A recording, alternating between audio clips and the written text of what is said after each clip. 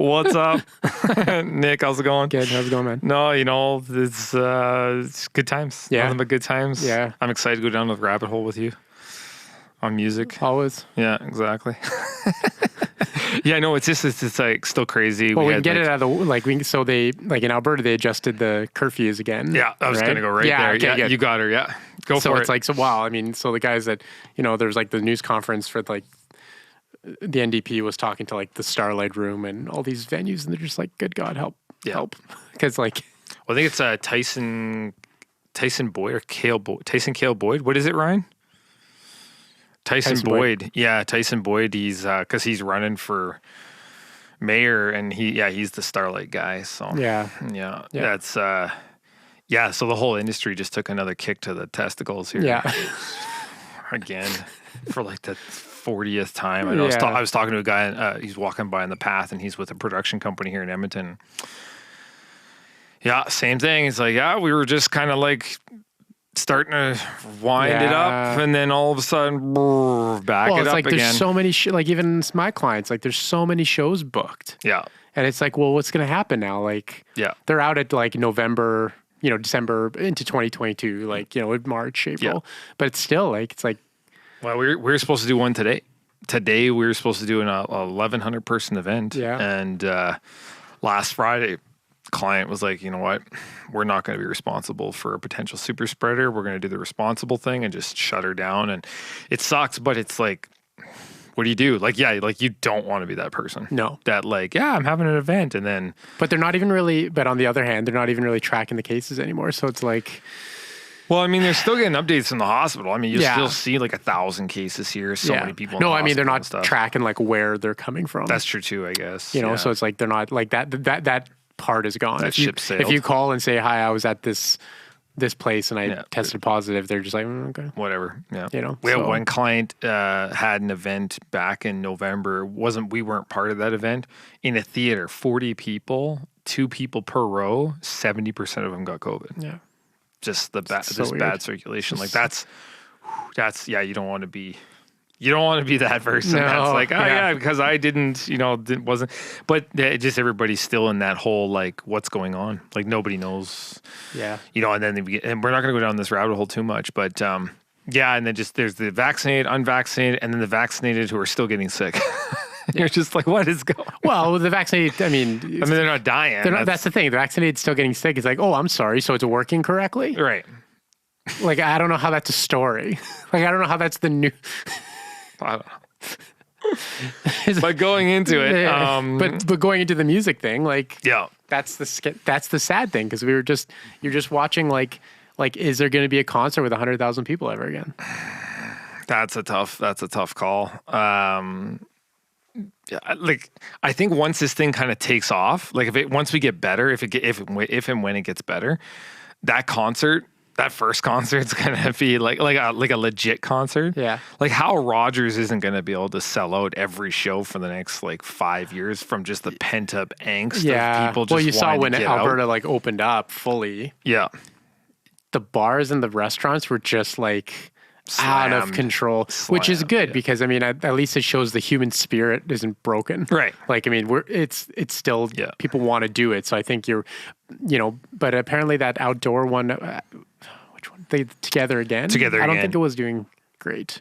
Yeah, I don't know. I've seen some pictures from it and stuff like that, and like, I mean, there are some scarcities and some tights or like empty spots. I don't know what, but no social. Like they have all the tables socially distanced, but like once the thing got going, you just see people, just like pile in on each other. They just want to. They had some great acts at that thing though. That's Trickstar out of Edmonton here. They usually put together some really good stuff. Yeah. But they were bringing Gary Vee and stuff like that too that's been axed 2 or 3 times now or postponed or whatever. Mm-hmm. So Live Nation is, I mean, they've been a little bit active on just what. Well, they're rebooking shows. They're rebooking left, right, and center. Yeah. So, and I think they were one of the first ones to really push for the.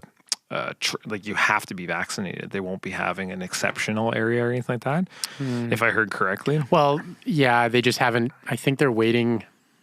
Quite frankly, it's like, let's hope somebody else spends the money. Well, that's kind of I think what they're like. They're not going to develop Yeah. Because like what then? You have to upload your health data to a company. Like I don't know. It's weird. It's such a strange. And that's another big thing with our healthcare industry. Just the freedom of information and then privacy on top of that. Like the privacy stuff is so intense around protecting your information. Yeah, and how do you share it? And at the office, like even in a workplace, it's sort of like at the office, you say like, well, do you screen your people for hep? Yeah. For hepatitis. It's like, well, hey, if we go to a conference and you and I get together, I mean, I want to know. I need to know if in hepatitis, this is defense. You can't catch it from being breathed on. Well, but still, I want to know who I can. I want to, I mean, it's just like, but it's the same. It's I mean, it's different levels of it, but it's the same. That's basically what your office is telling you. That's true. Is they're basically saying like, we don't want you here, sickie. Yeah.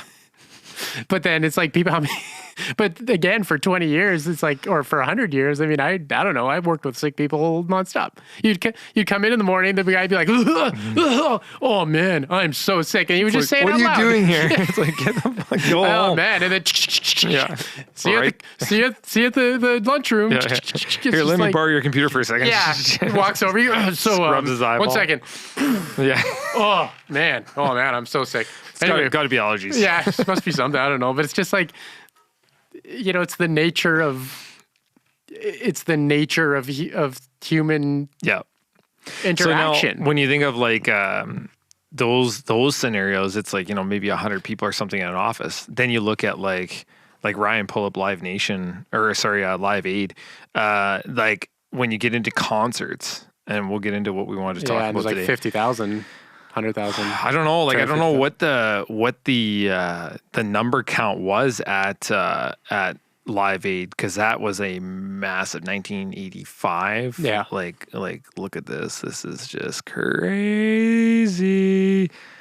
Like the sea of people. Look at that. That is wild. And like, will we get back to something like that? Oh man, that's a lot of people. And they are shoulder to shoulder. But even then, it's packed. Like, so are you going to like? So it doubles. So it basically doubles the amount of time it would take to fill that place up.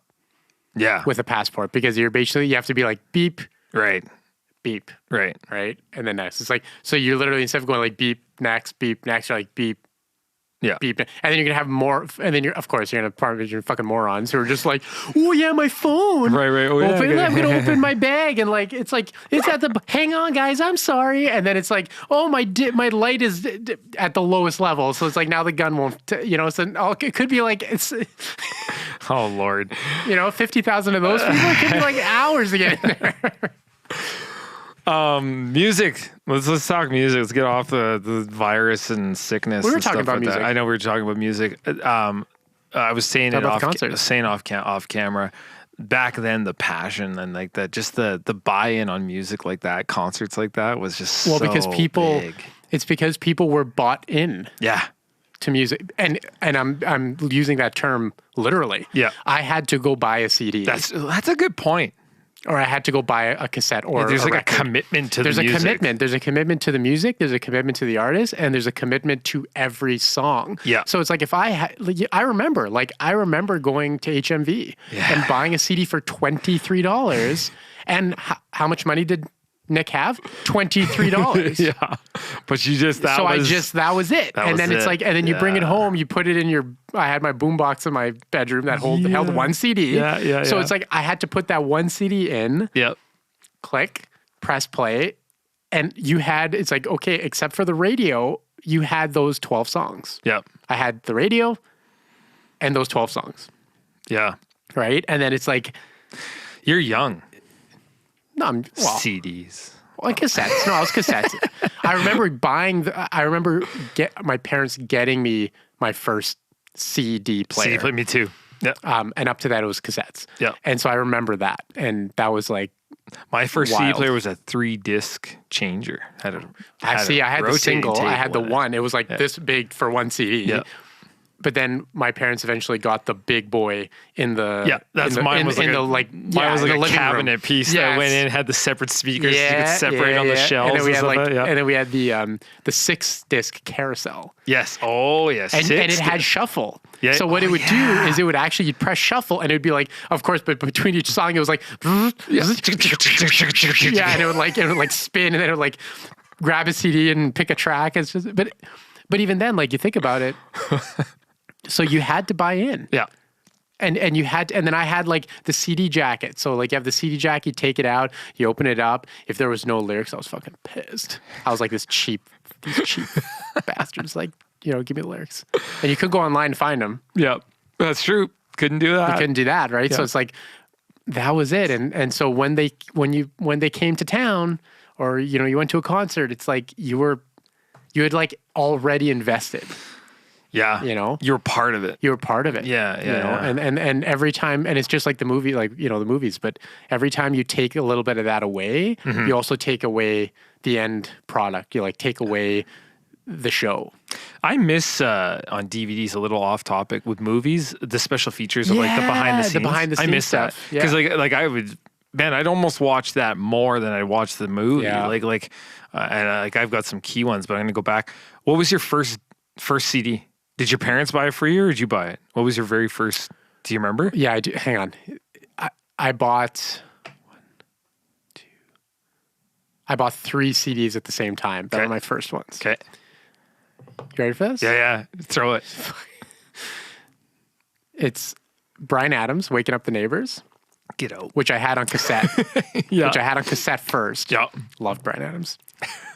I still love Bryan Adams. And then bought the CD. I bought Achtung Baby by U2. Oh my god. Which had just, that was like that was on like the top 40 wall. Like that had just come out. Right. And then I bought Drum roll, please. Drum roll, please. The Street Fighter movie soundtrack. Yes. That's awesome. My go-to. And it was like, quick, that was like $80 worth of CDs. Yeah. Oh yeah. Yeah, like you had to like get 5 jobs. That was like ridiculous. 5 discs, yeah. My parents did pay for that, and they were just like, huh? Yeah. They came from like 25-cent records. The CD thing is bullshit. You know, and they're like, what are these crazy kids come up with next? I loved soundtracks. Soundtracks were my go-to because I would always watch movies first, see a movie, and I liked a song in it, but then I'd buy a soundtrack that had like 20 bands on it that you could like different compilation album. So then you get introduced to all this new music, right? Yeah. My very first CD player that my folks bought for me, they also bought me 9 Inch Nails' War of the Pigs. They did not know what 9 Inch Nails was. I didn't know what 9 Inch Nails was. So like this disc showed up and they're just like, and it didn't have any parental warnings on it. Oh, it was just. And so then I was given this disc, but there was only like 6 tracks on that disc. Like Reptile was like, that's a big one of theirs, of Nine's. And so there wasn't any, if I remember, any vulgar lyrics on it. And so, but that was like and then my parents spawned a Satan child after that. But because rural farm boy here, because we still had tractors with only cassette decks in, I had to buy the cassette version. But I would never buy the same of both. But my next one was Beavis and Butthead Do America soundtrack. And it's so funny because I had some good tracks on there. Oh man, it had some great stuff. Primus, it had White Zombie, Red Hot Chili Peppers on there.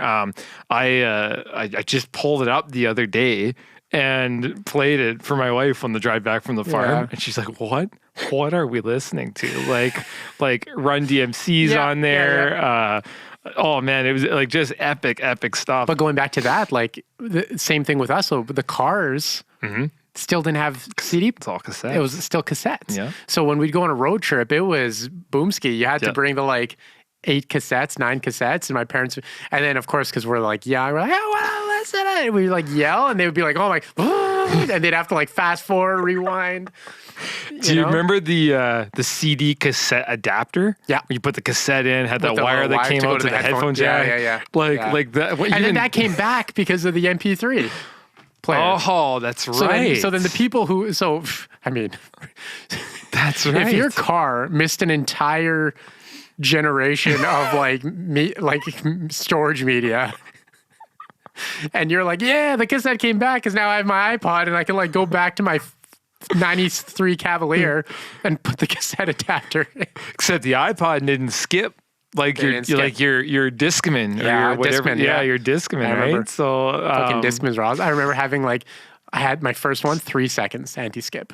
Anti-skip was everything. Yeah. Anti-skip was life. You lived and died by your anti-skip rating. So it was like 3 seconds. Then they went 10 seconds, and then like the CD player that was double the 10-second one was 11 seconds. They managed to like squeeze like one more second out of it, and then eventually they went to ESP. I remember Sony had ESP squared. Yeah. So it was like, it basically. And Sony was the leader in that stuff. They were always the leader in that stuff. Yeah. That's man. So I remember the Sony store in Londonderry Mall. They had the ESP squared Discman came in, and I loved the Sony store in Londonderry Mall. I was like always there.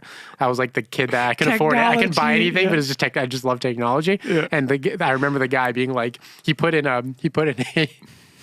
it was Meatloaf. Bad Out of Hell CD. Yeah. That's like that was their demo CD that they had under the counter. It's like, what the fuck? Anyway, so you're like, yeah, Nick, check this out. Click, presses play, put these on, put them on. He's like shaking this fucking CD player. That's a salesman. Yeah, that's a salesman. They back then they were actually paid something to sell that stuff. Yeah. So he's like shaking it away, and then I was like, I can still hear it. I would do anything. I'm just like, oh yeah, I can still hear it. It's not skipping. So good. And then I bought one eventually. It was like $300. Yeah. In like 1995 money. Saved every penny you had, shoveled every sidewalk you could remember find. Extorting my parents. Like I would just, my favorite thing would be, I'd go to the store. And I'd say, Dad, Mom, yeah, take me to the store, like take me to the toy store, take me to I saved up, I got the money. And then in the back of their heads, they're like, we know how much money you have because we're giving it to you. Yeah, you can only acquire it from us. Yeah. But anyways, oh, you saved it? How much? I'm like, yeah, I saved $150. Like, okay, let's go. And then we get to the store. I'll buy this, sir. I'd like take my money out, $40, $50. And my parents stupid. And have to top me up. Yeah, and have to top me up. Shit, that stuff is so good. In that era, like with the era we grew up, the generation we grew up, like the 90s music we talk about, and then the concerts were so different. Yeah. And we had so I talk a lot about Stage 13. And because I worked a lot of those concerts in like 2006, 2004, 5, 6, that area. The Bear Halloween Howlers, Big Sugar, All Hell for a Basement. I feel like Wide Mouth. I feel like Wide Mouth, Big Wreck, and Big Sugar. Yep. Specifically played all the Halloween, it felt like that. I feel like they had Headstones too were at a couple. Oh, sorry, I did Headstones a few times. But that was the joy of working with the production companies and setting PA up and stages and lighting and stuff. Was being part of those was something like that's and then like. That was my nightlife, was just working those shows, right? But like I was saying, like the buy-in to music, like we were just talking about, was so big back then. Like it was just so invested, and like when the people showed up, they showed up for the music. Yeah. Like it was. And they would rock, like you saw in like the Live Aid. You get into like some of these big concerts, like Rob Zombie, and like there's Rock Fest in Donalda. There used to be that one there, and I saw like Joan Jett there, and of course Trooper. What was the one in Camrose? That was Stage 13. Oh, that was in Camrose. Yeah, oh, was Stage 13. Yeah, and I don't remember why they shut down. Didn't the stage collapse one year? No, I don't remember. Did you build that stage? No. I don't know if that was Stage 13 or if that was Big Valley Jamboree. No, that was Big Valley. Sorry, you're right. Yeah, that was Big Valley. And that was, and then when it takes one bad incident, one bad incident, and then things can go. I think I'm the other thing with the rock festival, like it's financially, like it's a stretch now to put on, I think. That's a good point too. Like I think the feel like back margins are then getting, it like, wasn't. Back then it wasn't just. It was more feasible to put these shows on. And I think too, I think a lot of I think it was more tied in more closely with the record labels. So and the radio stations. Yeah. The radio stations had a lot of buy-in. They had a lot of money to like when throw you look at like around. the Bear Halloween Yeah. Howler. I mean, the Bear put that on. yeah. Like that was pretty for a radio station to be like the driver behind it.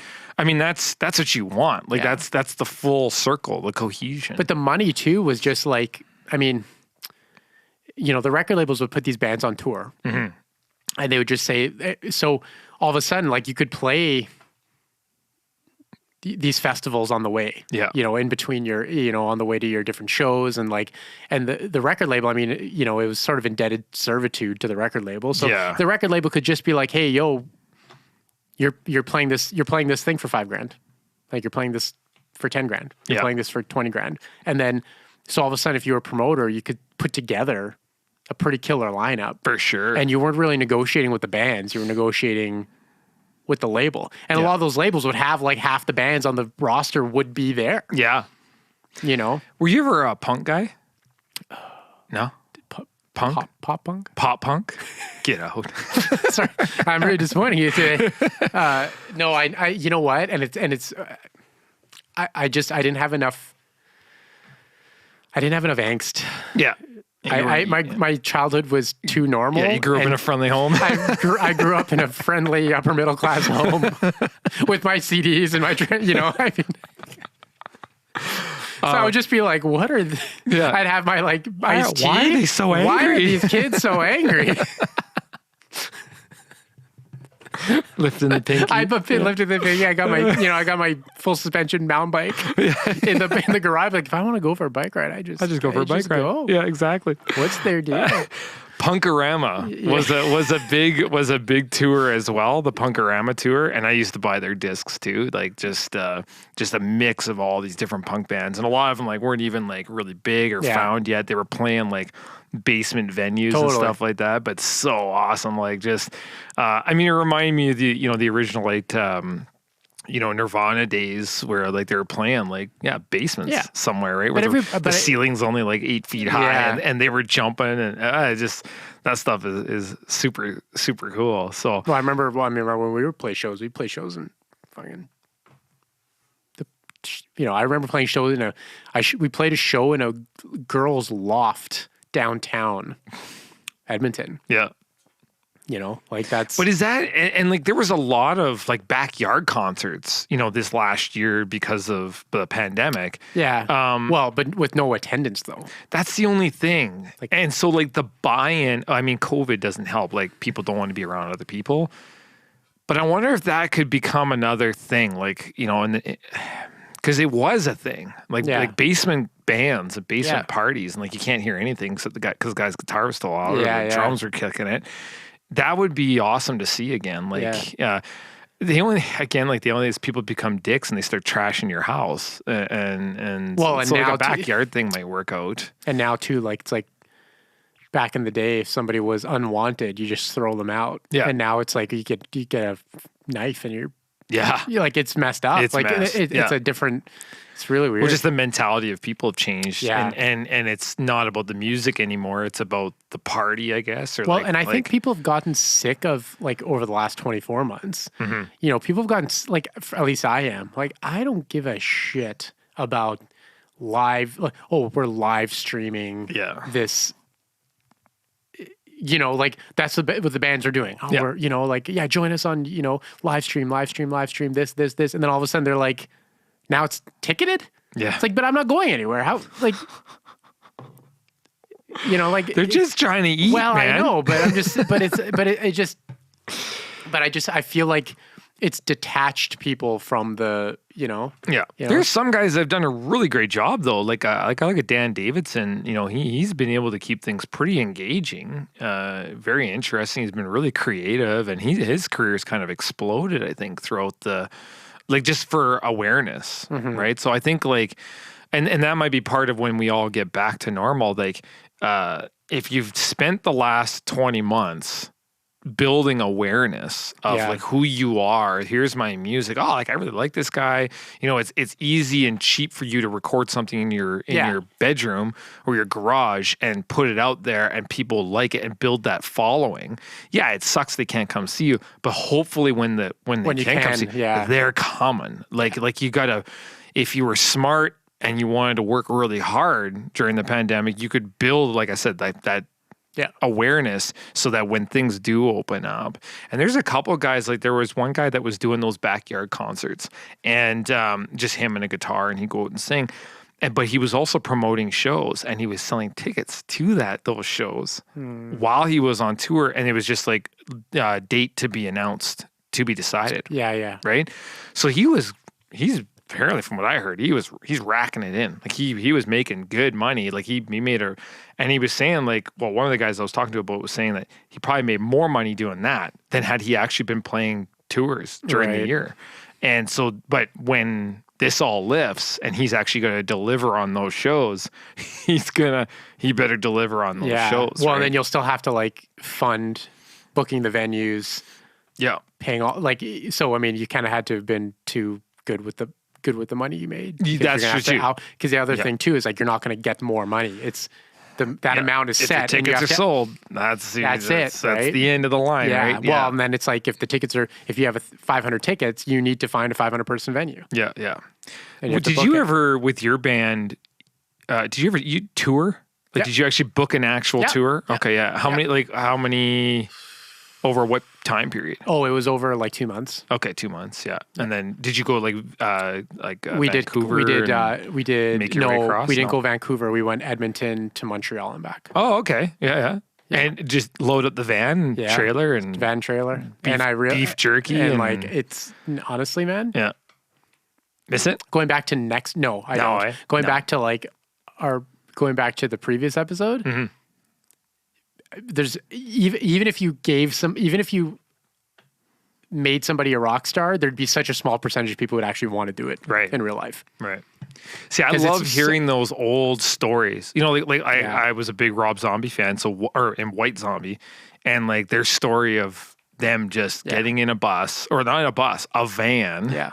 Crammed with the equipment, like their drums, their guitars, and everything. And they would just drive from town to town. I looked at it, so I analyzed it this way. So you'd have to get to the venue, do a radio interview that morning or whatever, the afternoon, get to the venue, set up, sound check, F around for 3 hours. If you were headlining, you were on last. Yeah. Like 1 o'clock in the morning. And of course these fucking midnight club promoters, they wanted you because they wanted people there partying until last call, right? Yeah. So if you were the draw, how like can we hold you off getting on stage, right? Yeah. So it was like 11, 12, 1, 1:30. Play. Then you schmooze, then inevitably, which is exactly what you want. But, then you had the people coming up and wanting to chat and, buy some of your merch. That's where your money was. That's where the real money was. And right? you sit, and you're making a fan that hopefully when you leave, they still kept listening. So you're schmoozing and stuff. Then whatever, pile it all into the van, get in the van. Then you have to decide, do we sleep in the van? Do we sleep in the van? Do we blow our $99 we made tonight on a hotel room? Or do we just say, fuck it, we get in the van? Yeah. Who's wired enough to keep driving? 5 hour energy and Red Bull. Just pounding the Red Bulls / Jack Daniels. Yep. So, but then you say, okay, so then the analysis was, if we were like made it, we were like top 40. This was a 1,500 person show or 5,000 person show. What about my night has changed? Mm-hmm. What's changed is I have somebody packing my shit up and putting it away. Yeah. And instead of a van, we have a bus. Yeah. But the existence. Well, you're making more money. No, well, and the money. But I mean, but the existence is still the same. Yeah. So it's like it really. You have to love it. Yeah, and I'm okay saying that that lifestyle I didn't love. And I think like that's the difference between the past musicians and today's musicians. I feel like we talk about like that what we saw in Live Aid, you know, like those artists, those rock artists, you know, Meatloaf, Queen, you know, who else, Foghot, you know, ZZ Top. Those guys lived the music. Like they were like Rockstars. like they would have done it whether Rockstars. they made it or Right. if they didn't. They would have just kept going because they were like, that's what we do. This is who we are, and that's what we're gonna live. Yeah. And I think some people get into music nowadays because they're like, I want the fame and the money. It's not about the music anymore. Like, and that's, I mean, that shows in what we listen to too, I think in a lot of cases, because I have a lot of trouble trying to find, I'm always going back to old tunes. You know, like I was saying, Nirvana, like I was even pulling out like Marilyn Manson. I mean, I was all over the map with metal and rap and rock and punk. I loved everything, but I knew what I liked because I felt it.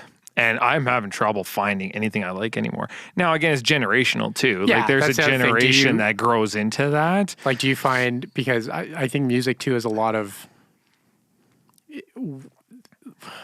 like when you're an it's adult. a reflection of the times. Yeah, like like- my parents are like Elvis, you know, like Elvis. But, you know, but he like says Elvis because he remembers being in his yeah, car with kissed your my mom. first girl or whatever. Right. Yeah. And it's like, so like the music's tied to like your memories. So Yeah. it, in a lot of ways, especially as you get older and you have kids, a family, other, you know, you're running your business, it's almost like where can the music sneak in and like make an impact on you? And it's harder. Yeah. Right. Because same thing. I always have the like top 100 from Apple Music on my phone. Right. And I plug it into, Yeah, me you know, too. while I'm in my car. But man, it's few and far between. Oh yeah.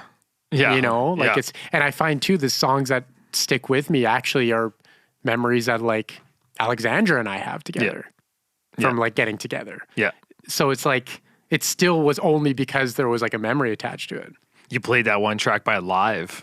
Oh my And I God. was just like, man, Live. I remember Live. Yeah. But even like Nickelback. Nickelback was like really coming out when I was in my last few years of high school. Yeah. And it was just like, I remember parties. I remember dances. Like, you remember school dances? I remember Much Dance.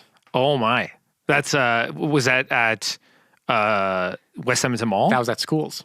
At school. It was a traveling. Oh, yeah, it was the traveling DJ. And they had a DJ. video show and too, they had a didn't video. they? Yeah, so they had the Oh, music video. that's right. And I remember Shit. my schools booking that shit. Like I remember it, and it's like it was like the talk of the month. Yeah. Well, did you guys have like frosty formals or like I mean, there was always prom. There's dance. Well, right? And there was dances. Like, did you guys have Halloween dances? Yeah. Like, again, your city, I grew up little town country. We had like a frosty formal when we were in like grade 8 or something like that. There was prom, of course, but we had school dance, like a Halloween dance. Yeah. We had like a Valentine's dance, Yeah. like in the gymnasium. Yes, in the and, gymnasium. Like, I And then- DJ'd a lot of those in my in the early years after graduation. Yeah. and And they then were awesome. in junior high, it was like at the end of the day. It started like 5. Yeah, pretty much. So you'd hang out. Yep.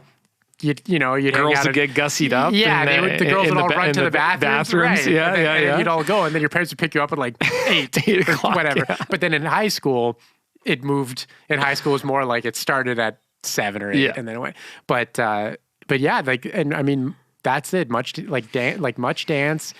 I remember they're like, yeah, Much Dance is coming, and at the end of the month, and people were just so jacked, Yeah. you know. Like, So it's when just they cool. came to the city, they must have toured all the schools. I would imagine. Like it must have been like one weekend they're at this school, and another weekend. I think, and looking back just from a business perspective, I Yeah. think it was probably like franchised. Yes. Like it was probably another production company that's like, okay, how much is it to like brand it Much I Dance? supplied PA for a bunch of rock and rides at West Edmonton Mall Right. in the early days, and was just the tech there for them. So like they would just call me, say we're having a rock, and I just back a trailer up and load a bunch of stuff PA up. in and stuff like that, and then hang out for the whole thing and just shake my head because it was all like kids that were like.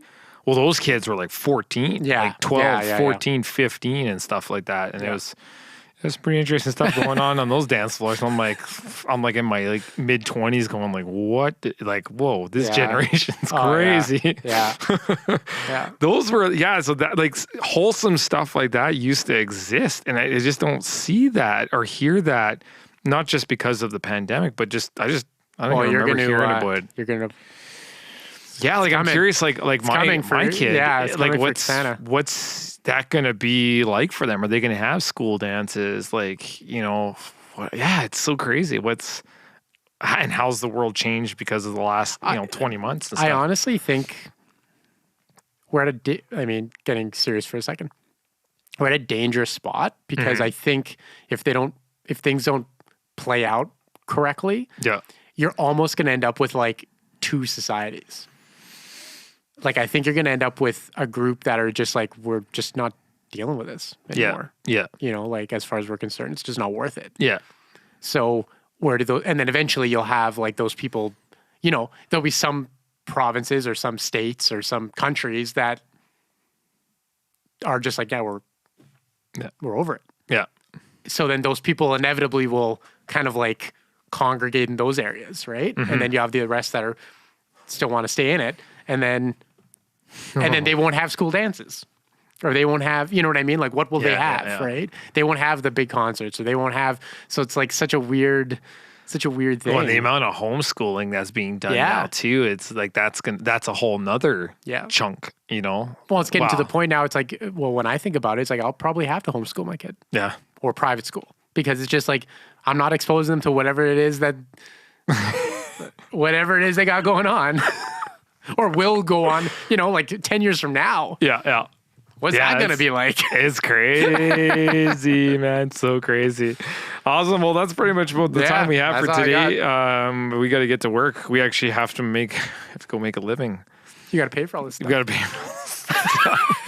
Like all this stuff. My soul belongs to the network. Yeah. Awesome, man. Okay, cool. Well, we'll check you out next week. Thanks everybody for joining and listening again. And make sure you hit that like, subscribe, check us out on iTunes and Spotify, and tell your friends. We're trying to grow and get more people involved in the conversations. So cool. Right on. Peace.